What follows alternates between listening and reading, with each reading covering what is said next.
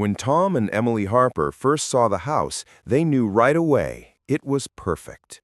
A Victorian mansion on the edge of a small Vermont town. Wrought iron porch, old chestnut trees along the path, and that smell of wood and ancient dust that made Emily's heart ache in a strangely pleasant way. The realtor smiled as he spoke of the house's rich history, carefully avoiding details. Tom, an engineer, raised an eyebrow with quiet skepticism, but Emily simply nodded. She loved places like this, with a past, with character. "There are been 3 previous owners," said the realtor, "but the house needs care. The basement, the attic, everything down there is untouched, a real gem for those who appreciate atmosphere." Their younger son, Ben, a 5-year-old with a toy car permanently in hand, ran off to explore the rooms.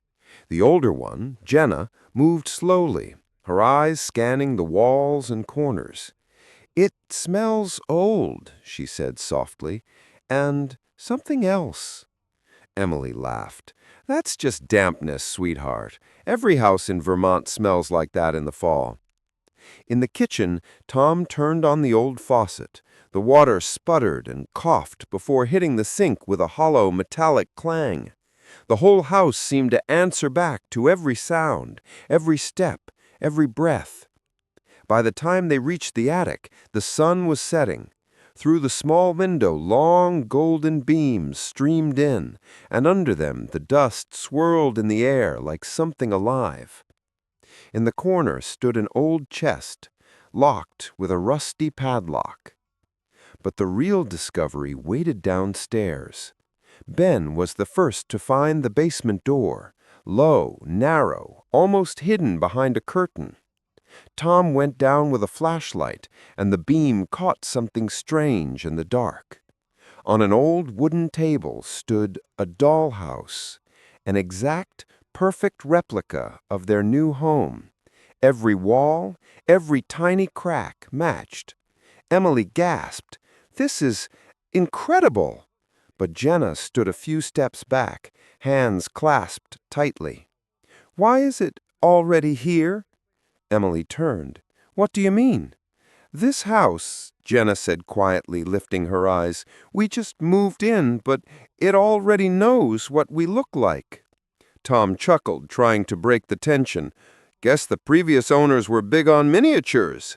But Emily, noticing that tiny copies of their own family photos were already hanging on the walls inside the dollhouse, suddenly stopped smiling. When they came up from the basement, the realtor was gone. The front door stood slightly open, a draft pulling dry leaves inside. No car on the driveway, no figure on the porch. Only a business card left neatly on the windowsill. "Elliott Realty Group. Call if you need anything." "Did he even say goodbye?" Emily frowned. "I didn't hear him," Tom replied. "Maybe he left while we were downstairs." Ben snorted. "He got scared of our little house." They all laughed, though the laughter didn't sound right. That evening, the house seemed to wake up. Wooden walls creaked, pipes gurgled, and the floorboards sighed. Long, tired sounds, like someone quietly walking through the rooms. Emily was setting the table when Ben ran into the kitchen. "Mom, it moved!" "What did?" "The dollhouse." Tom exhaled. Ben stopped making things up. But the boy stood there, pointing toward the basement door, his eyes wide. Tom went to check anyway. He descended the stairs, switched on the flashlight. Everything looked the same. The dollhouse stood exactly where it had been, perfect and still. But Tom noticed something small. A tiny jacket now lay across the miniature staircase. His jacket. He gave a nervous chuckle, but something cold crawled inside his chest. Probably Jenna playing a prank, he thought. That night, Emily woke to a creak. Somewhere downstairs, a soft click, as if a door had slowly shut. "Tom?" she whispered. He was asleep beside her, face buried in the pillow. She listened and heard another sound, a faint, steady tapping, rhythmic, like small bare feet walking across wooden boards. Emily went downstairs. Moonlight spilled through the windows, cutting silver lines across the hallway and mirrors. Everything was still. Only the realtor's card lay on the windowsill again, a little further this time, as if someone had moved it. When she opened the basement door, a breath of cold air rose from below, carrying the scent of old wood. In the far corner, the dollhouse glimmered faintly. One of its tiny curtains swayed as though brushed by a draft, but the air was perfectly still.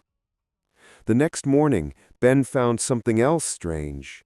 In the dollhouse's tiny bedroom stood 3 small figurines on the bed. 3 of them, Mom, Dad, and him. "Where am I?" Jenna asked, frowning. Emily looked closer. Jenna wasn't there. Tom forced a smile. "Guess they haven't made you yet."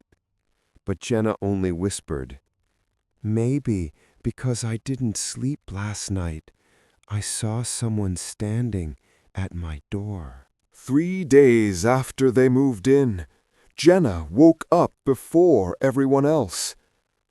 Outside, the world was wrapped in a gray dawn, that kind of silence before sunrise when even the birds haven't decided to start singing. She went downstairs barefoot. The floorboards were cool and faintly damp, as if the house itself was breathing. The air smelled of old wood and something faintly sweet, maybe apples, maybe dust. When she looked out the window, she froze. In the yard, the swing moved slowly, swaying back and forth as though someone had just jumped off it. Jenna stepped outside. The grass was wet with dew. There, under the old chestnut, hung a rope swing. New, clean, the knot on the beam still fresh. When Tom came out with his coffee, she pointed. "Dad, it wasn't there before. I swear it wasn't." He yawned, half smiling. "Must have been here all along. We probably just didn't notice it." But she knew. It hadn't been there yesterday, just like the new figurines that now stood inside the dollhouse. That afternoon, Emily was cleaning in the kitchen when she heard noises from below, soft scraping, as if someone was moving furniture in the basement. "Tone?" she called. No answer. She went down the stairs. Jenna was already standing there, frozen, holding a flashlight. "Mom," she said quietly, "look, they added a mirror." On the second floor of the dollhouse, in one of the rooms, a tiny mirror hung on the wall. If you leaned close enough, you could see the reflection inside, faint, shifting, and it moved a little faster than it should have. Emily felt a shiver crawl up her spine. "Where did that come from?" "It showed up after you brought the mirror into your room," Jenna said. Her voice was calm, too calm. "But I don't understand. Why did it show up here first?" Emily looked at her daughter and knew she wasn't joking. For a moment, she thought she saw something watching her through the dollhouse windows. That night, rain tapped gently on the windows and the wind moaned through the chimney. Tom slept soundly, but Emily lay awake, staring at the ceiling. A faint click came from downstairs, then another, like someone closing doors one by one. She grabbed a flashlight and crept down. The beam trembled slightly in her hand. The dollhouse sat on the table, still, but one of its tiny rooms glowed softly with yellow light. Emily leaned closer. In the miniature bedroom sat a figure. Jenna. Exact posture, same hair, even the little blue pajamas. But she wasn't still. Her head turned. And then from somewhere behind Emily came a soft, delicate sound, a fingertip brushing glass. Emily said nothing in the morning, but when she came to the kitchen, Jenna was already there, pale and silent. "Mom," she whispered, "I saw them." "Who?" "Us. You, me, Ben, walking around the house, but not this house, that one." She pointed toward the basement, and from upstairs came a new noise, a slow, heavy drag, like someone pushing furniture across the floor. Tom looked up, half annoyed. "Guess we've got company up there." But Jenna just said quietly, "He never left." On Saturday morning, Tom decided he'd had enough. He was tired of creaks, whispers, and the uneasy quiet that settled over the house at night. If the dollhouse was the source of it all, then he would take a look, once and for all. He brought a lamp down to the basement, set his coffee on the floor, and studied the dollhouse. A thin layer of dust covered its miniature roof, but inside everything looked spotless, the furniture neatly arranged, the curtains crisp, as if someone had been cleaning it. "Let's see what's hiding in there," he muttered. He took a small utility knife and carefully lifted one corner of the roof. The wood came apart easily, softer than he expected. Underneath were two hidden rooms, tiny, unmarked, invisible from the outside. He leaned closer. One was a study, a tiny desk, shelves lined with little books, a lamp that glowed faintly, as though alive. The other was nearly empty, except for a mirror on the wall. But what made Tom's stomach twist was this: their real house didn't have either of those rooms. He touched the edge of the tiny mirror with his finger and felt warmth.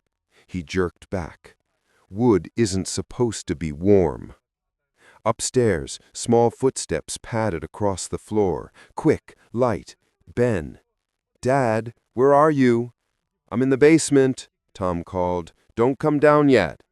But the boy was already halfway down the stairs, clutching his toy car. He stopped beside the table and stared.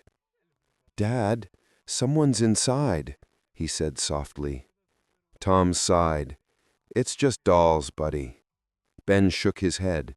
"No, he's looking at us." Tom forced a laugh, but then he saw it too.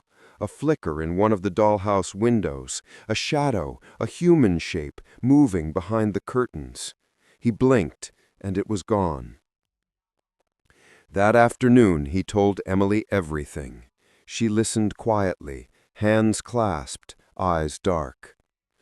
"Maybe it's the wiring, old circuits, weird static. Something's carrying current through the wood, who knows?" "Tom," Emily said gently, cutting him off, "you feel it too. Don't pretend you don't." That night, while they were eating, a soft chime echoed from below, a faint clink, like glass being tapped. "Maybe the wind," Emily whispered. "We don't have any windows open," Tom replied. Later, he went down again. The air was heavier, wet and metallic. The bulb overhead flickered weakly. The dollhouse glowed from within. Its little windows shimmered with a dull yellow light. Tom stepped closer and froze. Inside the tiny living room stood a new figure, a man in a blue shirt. His shirt. His throat tightened. He swatted the dollhouse from the table. It hit the ground and shattered. From the broken pieces spilled dark soil, damp, almost black, and beneath it something pale. Tom reached down, trembling, and picked it up. A fragment of bone. small, real. By morning, he convinced himself it had to be part of an old toy, a leftover from previous owners, something explainable. But when he went back to the basement, the dollhouse stood there again, perfect, whole, not a single crack. Light glowed softly inside the mirrored room, and in the reflection, someone was watching him. Tom decided to get rid of it the next morning. He didn't tell Emily, just went down to the basement, wrapped the dollhouse in an old blanket, and carried it outside. The air was damp, heavy with the smell of rain. He drove until he reached an empty stretch of road near an overgrown ravine. He set the bundle down in the grass, poured lighter fluid, and struck a match. The fire caught fast. The wood crackled, smoke rising in twisting ribbons. It smelled like old varnish and dry timber, but underneath, something else crept in. A sweet, rotten smell, faint but unmistakable, like burning meat. Tom staggered back. For a moment in the flames, he thought he saw a face, small, smooth, eyeless. Then it crumbled into ash. He got in the car and drove home without looking in the rearview mirror. That evening, Emily cooked dinner while Ben played with his toys in the living room. Jenna sat on the windowsill, watching the rain. When Tom walked in, she wrinkled her nose. "Dad, were you burning something? It smells like smoke." "Old trash," he said quickly. Emily looked up, just for a moment too long, but didn't say anything. That night, Tom woke to a faint noise. A click, then another, like someone flicking light switches on and off downstairs. He got up quietly, bare feet cold against the floor, and went down. The house smelled of faint smoke, old, stale. He opened the basement door. Light glowed faintly below. When he reached the bottom, he stopped breathing. The dollhouse was there, exactly as before, whole, clean, untouched. Inside it, 4 figures stood: Emily, Ben, Jenna, and him. Tom leaned closer. The miniature version of himself slowly lifted its head. He dropped the lamp. It shattered, plunging the basement into darkness. Somewhere in the dark came a sound, soft, like a child laughing. In the morning, Tom told Emily he was going to deal with the house. She said nothing, just nodded. He carried it outside again, this time to the backyard under the old chestnut tree. No fire. He brought a sledgehammer. The first hit cracked the roof. The second broke through the walls. Wood splintered. Pieces flew until the dollhouse was nothing but a heap of fragments. Tom stepped back, breathing hard, and saw something glint inside the wreckage. He reached down. A tiny wooden cross. Cold water dripped from it, beading along his fingers. That night, the rain returned, heavy, relentless. Drops hammered the roof. The house seemed to groan. Somewhere below, a rhythmic tapping started, like a clock too slow to keep time. Emily couldn't sleep. She checked on the kids. Ben slept soundly, but Jenna lay awake, staring at the ceiling. "Mom," she whispered. "He came back." "Who?" "The house. It's downstairs again, and now there's another figure inside." Emily's voice shook. "What figure?" "A man in a suit," Jenna said softly. "Standing in the hallway. But we don't have that hallway."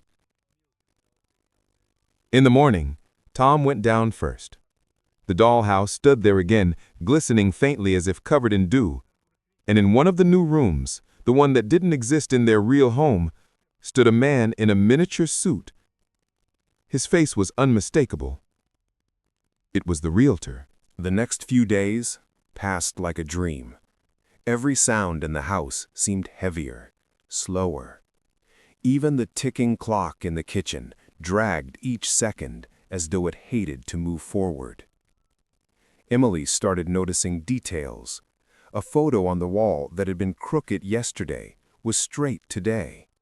A mug she didn't remember washing sat clean in the sink. And once she swore she saw her reflection blink half a second late. It was Jenna who found it first. The dollhouse had changed again. Inside, at the miniature dinner table, the family was sitting together, perfectly still. Only Emily was wearing a blue dress. The same blue dress she would put on that evening, though she hadn't planned to, yet. "Mom," Jenna said, voice trembling. "Look." Emily stared. "That's odd." "It's tomorrow," Jenna whispered. "They always do things before we do." That night, while the kids were asleep, Tom examined the dollhouse with a magnifying glass. He made notes, drew sketches, measured things like he was studying an engine. Every time he blinked, something subtle changed inside. A curtain shifted. A light turned off. Once, he thought he saw smoke rising from the tiny kitchen chimney. He reached in and touched the miniature roof. It was warm again. When he pulled his hand back, there was a faint black mark on his fingertip, like soot. The next morning, Emily was making breakfast when she heard something fall upstairs, a heavy, muffled thud. Tom rushed up. A framed picture had fallen off the wall, the glass shattered. It was their family photo from last Christmas. In the picture, their faces were still smiling, but the glass had cracked right through Tom's eyes. Then started crying. "Dad, the dollhouse did that!" "What are you talking about?" "It broke in there first." "What do you mean, in there?" Ben pointed toward the basement. "I saw it. I looked this morning. It broke inside the little house, and then it broke here." They went down together. The dollhouse waited for them, silent, glowing faintly from within. Inside, the family photo hung on the wall, its glass shattered the same way. Tom swallowed hard. "This is getting ridiculous." Emily's hands trembled. "It's not ridiculous. It's showing us what's next." "What are you saying?" "That it's not copying us anymore. It's rehearsing." That night, none of them could sleep. The rain had stopped, but the house made new sounds. Slow knocks in the walls, soft sighs from the attic, a whisper like breath moving through pipes. Tom sat in the dark living room, staring at nothing, and then he heard a faint click.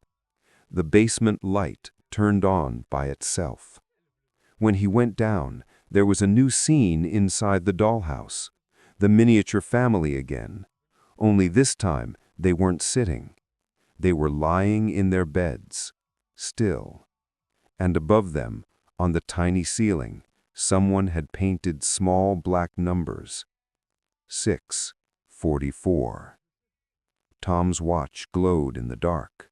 6:43. He stared at it. 1 second passed. 2. From upstairs came a sound. The loud crash of breaking glass.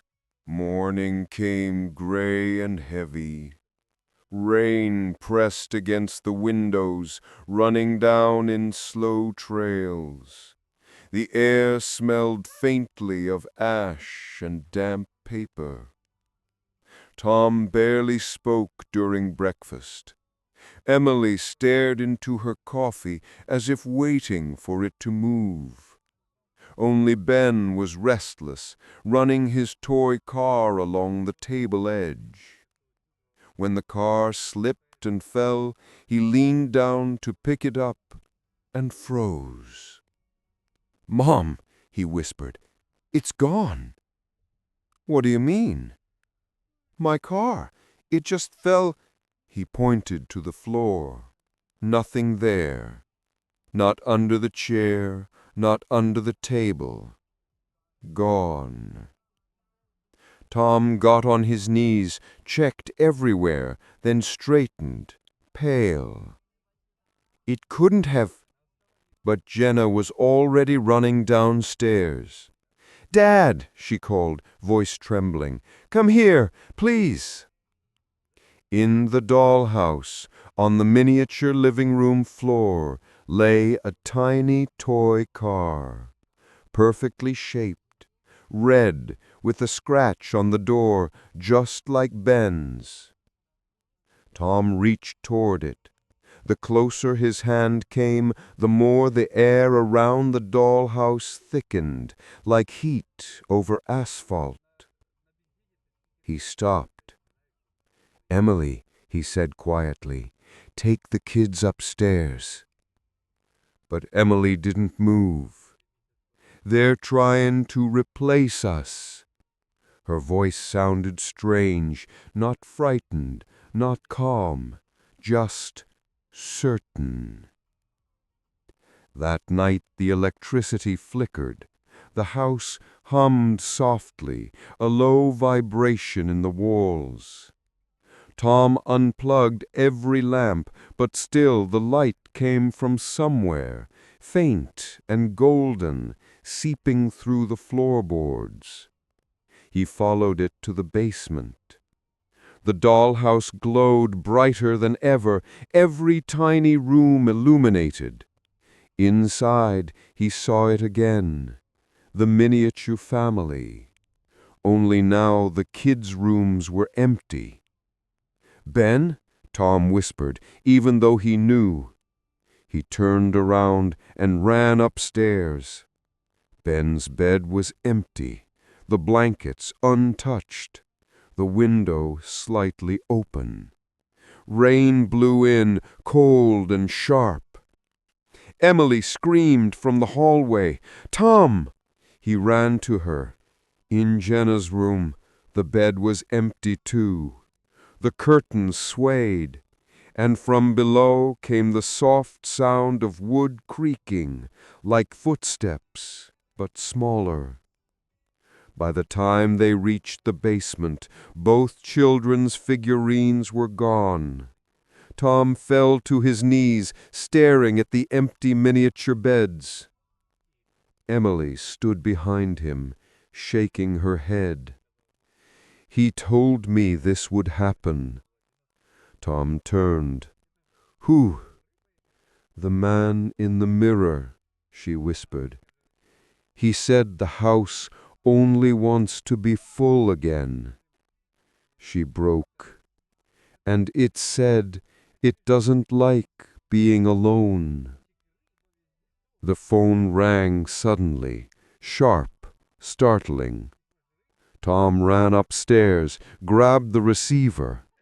Static hissed. Then a voice, distant, hollow. "Mr. Harper, this is Robert Elliott from Elliott Realty Group. I hope you're settling in." Tom's throat closed. "What did you sell us?" Pause. Then a quiet chuckle. "I didn't sell you anything, Tom. The house sold itself. I just made the introductions." The line went dead. That night, the dollhouse lights flickered again. Inside, two figurines stood side by side, a man and a woman, Tom and Emily. And on the miniature kitchen table lay two small red cars. Outside, under the chestnut tree, the swing creaked, once, slow, deliberate, and stopped. The house had grown quieter, but it wasn't peace. It was the kind of silence that listens. Every sound felt deliberate now. A distant knock, a soft settling in the walls, the groan of old wood. Emily could no longer tell if these were natural noises or if the house was answering her. She and Tom sat in the living room that evening, pretending to read.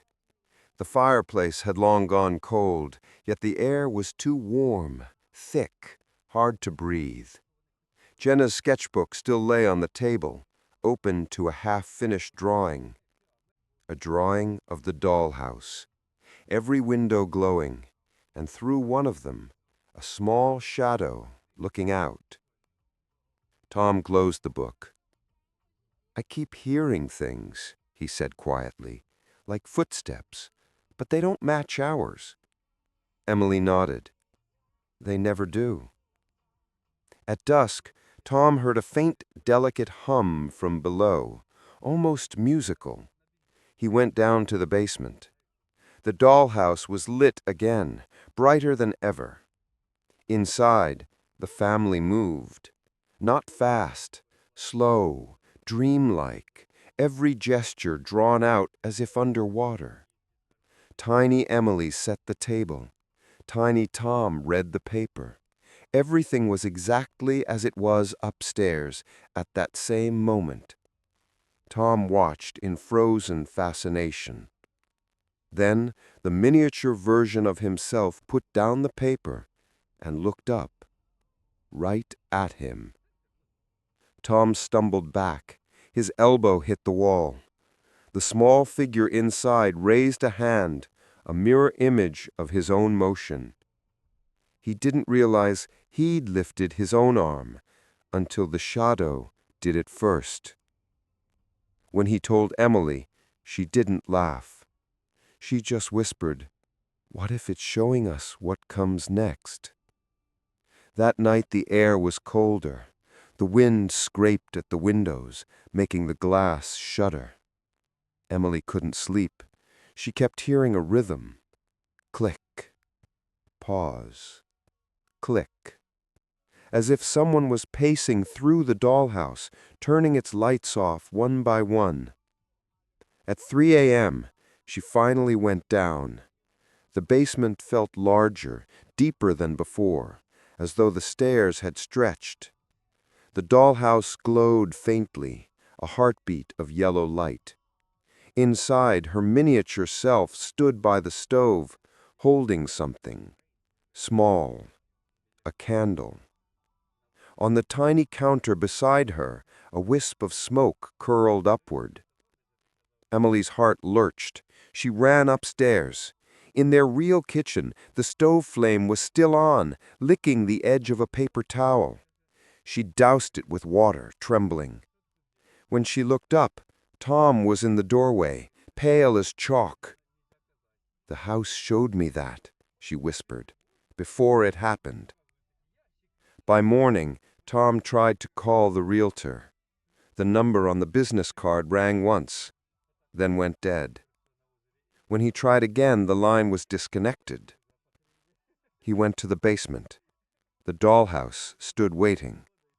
The candle was still burning inside the miniature kitchen, its wax perfectly still, its flame unmoving. But beside it, on the wall, something new had appeared. A small, faint symbol, drawn in red. He wiped it with his thumb. It was wet. He turned toward the stairs, calling for Emily, and then froze. The tiny figurine of Emily was no longer in the kitchen. It stood by the basement door instead, looking up at him.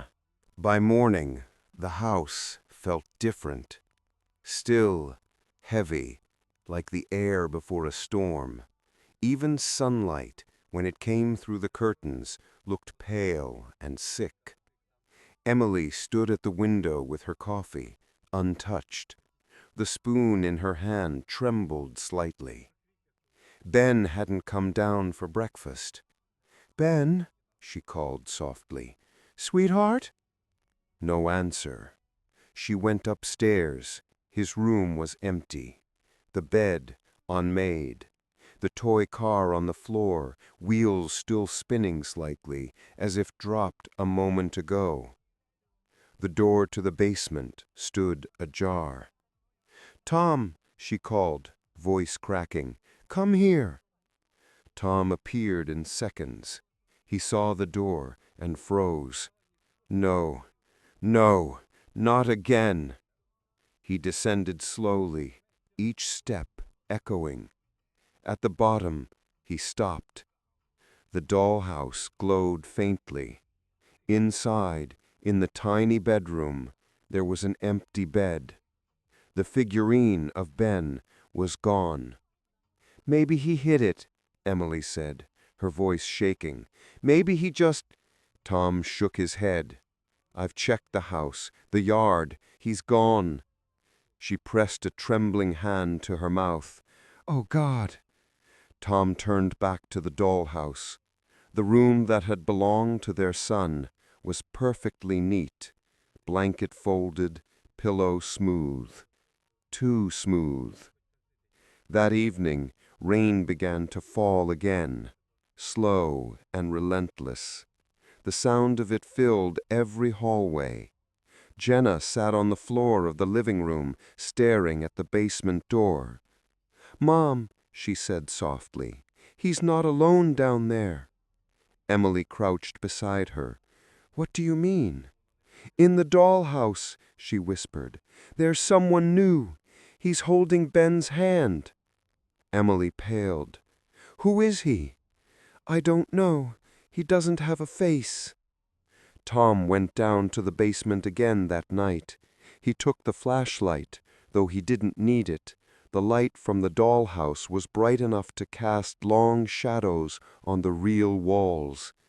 Inside, there was another figure now, tall, gray, smooth where its face should have been. Tom slammed the roof shut and staggered back. Enough! Enough of this! He nailed the door of the basement shut, but by morning it was open again, and Emily's figurine was gone. Tom ran through the house shouting her name.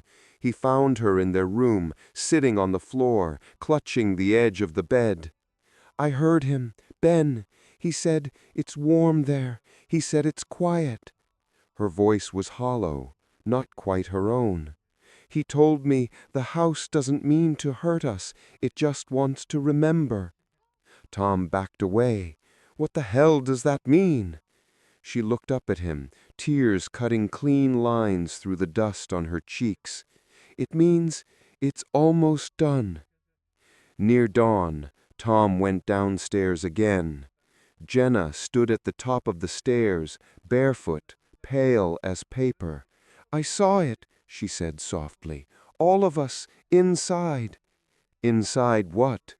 "The house," she said. "We were all standing there, but you were the last one to move."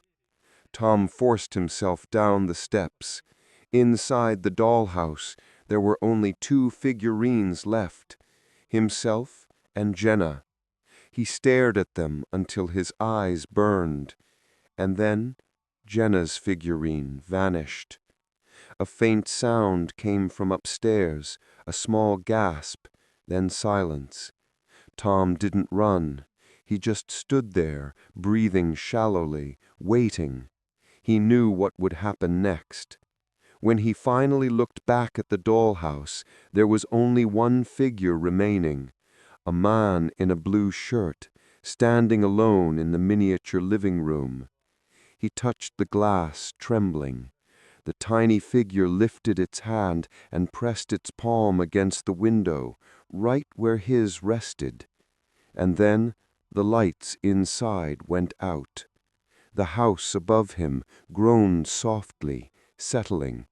Outside, the rain stopped, and in the silence, the faintest whisper, "It's full again." Spring in Vermont came unusually warm. The road to the old Victorian house was overgrown with grass, and last year's leaves whispered beneath the tires of a blue sedan that pulled up to the curb. A man in a suit stepped out, straightened his tie, and took out a ring of keys. His business card read, "Robert Elliott, Elliott Realty Group." He slid the key into the lock. The door opened with a long, heavy creak, as though the house exhaled after a deep, dreamless sleep. Inside it smelled of dust, faint smoke and damp wood. Sunlight filtered through cloudy windows, catching scraps of furniture, flecks of dust, and the still traces of a life long gone. Elliot walked slowly, carefully, like someone who already knew where everything was. On the living room floor lay a small toy car. On the wall hung a child's drawing, a house surrounded by dark lines. At the bottom, in a child's handwriting, "If the house knows what tomorrow will be, maybe tomorrow already happened." The realtor smiled. "Well," he said softly, "everything's right on schedule." He opened the basement door. Cold air drifted up, thick with the scent of earth and wood. The light down there was dim, but enough to see it clearly. On the table stood a dollhouse, whole, clean, not a crack, not a speck of dust, as if someone had been taking care of it. Elliot stepped closer. Inside, a soft amber light glowed. He leaned in and saw the figurines. 4 tiny shapes, a man, a woman, a boy, a girl, all in their places. Only one figure stood apart, by the miniature basement door, a man in a blue shirt with his hand raised. Elliot smiled faintly. "Hello, Tom. I'm glad you stayed. The house doesn't like it when someone leaves." He reached into his pocket and took out a small, faceless figurine. He placed it beside the others. "Soon you'll have new neighbors." From outside came the sound of an engine. A minivan pulled up the driveway. A woman's voice floated through the open window. "Kids, come on! Look at this place! Isn't it beautiful?" Elliot climbed the stairs, smoothing his hair, his smile practiced and polite, though his eyes were cold. "Good afternoon," he called brightly. "You must be the Morgans. Welcome. This house is very special. It loves when people stay for a long time." A girl of about 10 stalked on the porch, staring past him into the hallway. "Who's down there?" she asked, pointing toward the basement. Elliot tilted his head slightly. His eyes gleamed. "Oh, no one, sweetheart. Just a toy. An old dollhouse." As they walked through the living room, a sound drifted up from below. 3 slow knocks. A pause. Then 3 more. Elliot didn't turn. He only smiled faintly, almost tenderly, as if hearing an old song. "Old houses," he said softly. "They remember their owners." And down in the basement, the dollhouse lights flickered on. Inside, by the tiny basement door, stood the man in the blue shirt. His hand rested on the handle. His lips were slightly parted. And if you listened closely, through the hum of the house and the sighing wood, you could almost hear a whisper, "Don't come in." But upstairs, the door was already opening.